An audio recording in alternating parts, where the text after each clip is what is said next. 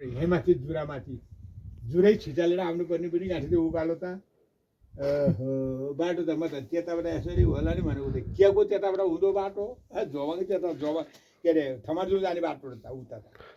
थामरजुङ जाने बाटोमा यता थामरजुङ तिलार निस्किन त सजिलो हो यताबाट तल झर्न त सजिलो हो आउन गाह्रो हो गाह्रो त नि बाबु यताबाट त झर्न त धेरै सजिलो हो नि झर्न त सजिलो हो राम राम त्यता यता झर्न त सजिलो छ आउनै गाह्रो हो राम राम अहिले त यता त बाटो छैन नि यता ऊ त्यताबाट त्यो गिजन जाने पहिले त त्यताबाट गिजन चाहिँ गएको हो क्या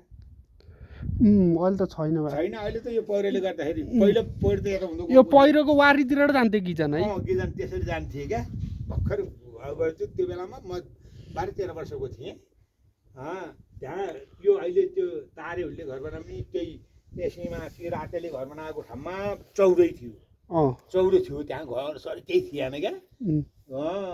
हाम्रो घर त्यसको त्यो तारेको घर एउटा बङ्गाले चारपाटे खरिसाको ठुलो नै ठुलो थियो त्यहाँ अलि त्यहाँ आएर यताबाट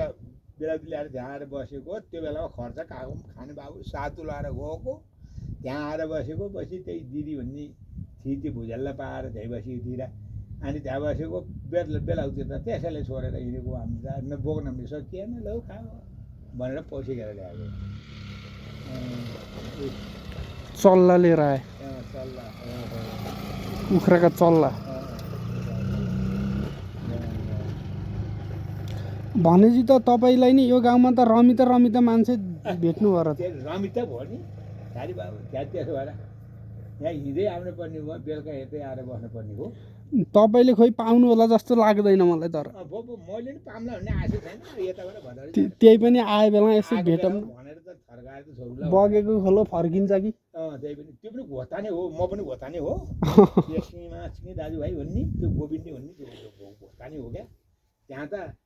के पोत बोकेका छन् भने घरतिमेर खर्ग छुके त्यो पुलिस भन्ने गोविन्दे भन्ने घोताने त्यो के अरे त्यो रातेका लामगत्ते तारे रामगत्ते हुन् क्या यी पोत पनि मलाई सबै थाहा छ नि अनि पछि हो त्यो पहिला त्यसैको बिहा गरेकी स्वास्नी सुनचौरीकी छोरी हो त्यहीँ त्यो अहिले पनि सुनचौरीकी छोरी बिहा गरेछु भन्थ्यो त्यो पुलिस त्यो उहाँ आजकल त काममै छैनन् उहाँ त यतै आए यतै आएका छन् क्या त्यसै भन्छ सबभन्दा धम्बुसँग घर धेरै बनाएको तिनले हो रे त्यसैले हो सिप्पल पनि सिपालु सबभन्दा धेरै बनाएको त्यसै छिटो नि छिटो बनाइदिन्थ्यो अरे क्या छिटो बनाउने काठ पनि फेरि कमाउने पनि कामै सिपालु थियो क्या के अरे कमाउने नि सिपालु माथि आउनको हाँसीको खुकरी खुँडै त्यसले हाल्छ बेच्दै थियो मैले 600 रुपियाँ तिरेको खुँडै हाल्छ त्यो कोटामा राम ए वहाँ दम्बुसकोटमा त्यो कोट त्यता त कोटमा पञ्चल लान्छ है पञ्चौलीले हाल्छन् के अरे पञ्चौली लान्छन् तर त्यो सरकारी हुन्छ हाम्रो त पहिले जिजुले गरेको हो क्या त्यो कोट त्यसो भएर अरूले पाउँदैन हामीले त्यसो भएर यहाँको कोटा त लान्नन् क्या त्यही चैते दसैँमा र दसैँमा हो के अरे पञ्चल लान्नन् भेडो काट्छन् भेडो रे के अरे बोका काट्छन्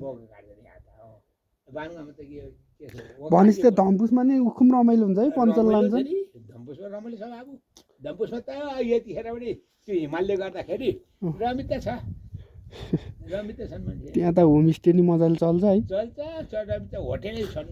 टुरिस्ट लाइनका के अरे त्यो हट्टे खोलाबाट कति टाइम लाग्छ घट्टे खोलाबाट मान्छे हिँड्ने भने आधी घन्टा मोटरमा त